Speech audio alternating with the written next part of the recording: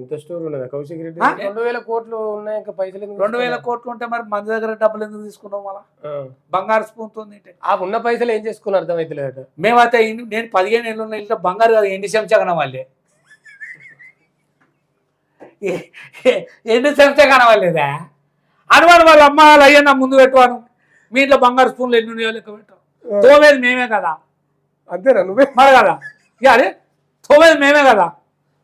ఆ సాకులలో పిల్లగాడు ఉండే రామచందర్ అని, ఆ పిల్లగాడు తోమేది. ఇక మాకు అప్పుడప్పుడు బంగారు చెంచాడు, మేము జేబులో వేసుకోవద్దా? మరి నువ్వు బంగారు స్పూన్తో తెలిసి మీకు మనిషికి కోటి ఇవ్వచ్చు. మీకు మనిషి కోటి ఎక్కడదయా? పనులు డిఎస్పి రాజిరెడ్డి ఉదానంద రెడ్డి పెద్దనాయనని వాడు సీతపలక పనులు అమ్మితే ఆ సీతపలక పనులు పోలీస్ జీప్ వేసుకుని నన్ను వేసుకొని రావడం వీళ్ళ కుటుంబం. ఆడ బేగం బజార్ పోతే ఉప్పు పప్పు చక్కెర అక్కడికే దోసుకొచ్చుడే.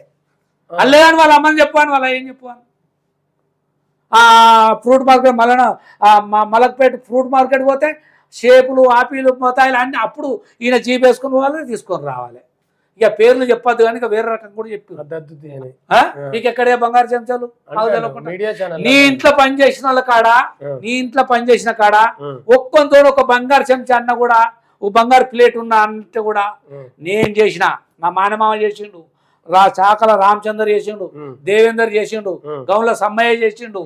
మీ ఇంట్లో ఒక బంగారు పల్లెమో బంగారు చెంచాలు ఒక్కొంతో చెప్పి నీ కాళ్ళకాడ నేను బండికాయ పోసుకుంటా. నువ్వు మగోనివి అయితే నీకే తిండి ఏంటి సొట్టుపైన స్టీల్ పల్లెను ఇంకా గాయన బెదిరించి పైసలు అడగలే గ్రానైట్ ఆయనను. నేను ఎక్కడ అడిగినట్టు ఇక తెలియదా పబ్లిక్ తెలియదానే తెలియదా? వాళ్ళ కేసే పెట్టిరు, వాళ్ళు కేసే పెట్టిరి.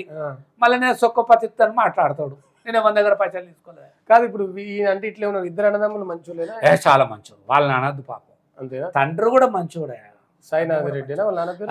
సాయినాథ్ రెడ్డి, ఆయన మంచోడు.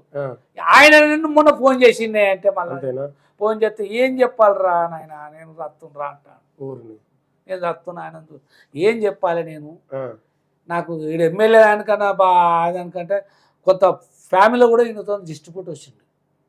ఏంటిది డిస్ట్రిబ్యూట్ వచ్చింది, డిస్టర్బెన్స్ వచ్చింది ఇప్పుడు ఉత్తమ్ కుమార్ రెడ్డితో. ఏం అట్లా చేసిండు ఇష్యూ చేసిండు. ఈయన బంగారు స్పూన్లు ఎక్కడి ఒక్కటి అనుమానం, ఆ బంగారు స్పూన్ ఎక్కడో బంగారు ప్లేట్ ఎక్కడదో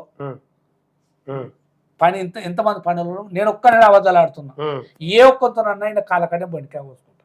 ఒక బంగారు పల్లెం బంగారు చెంచా అసలు వెండి స్పూనే లేదు.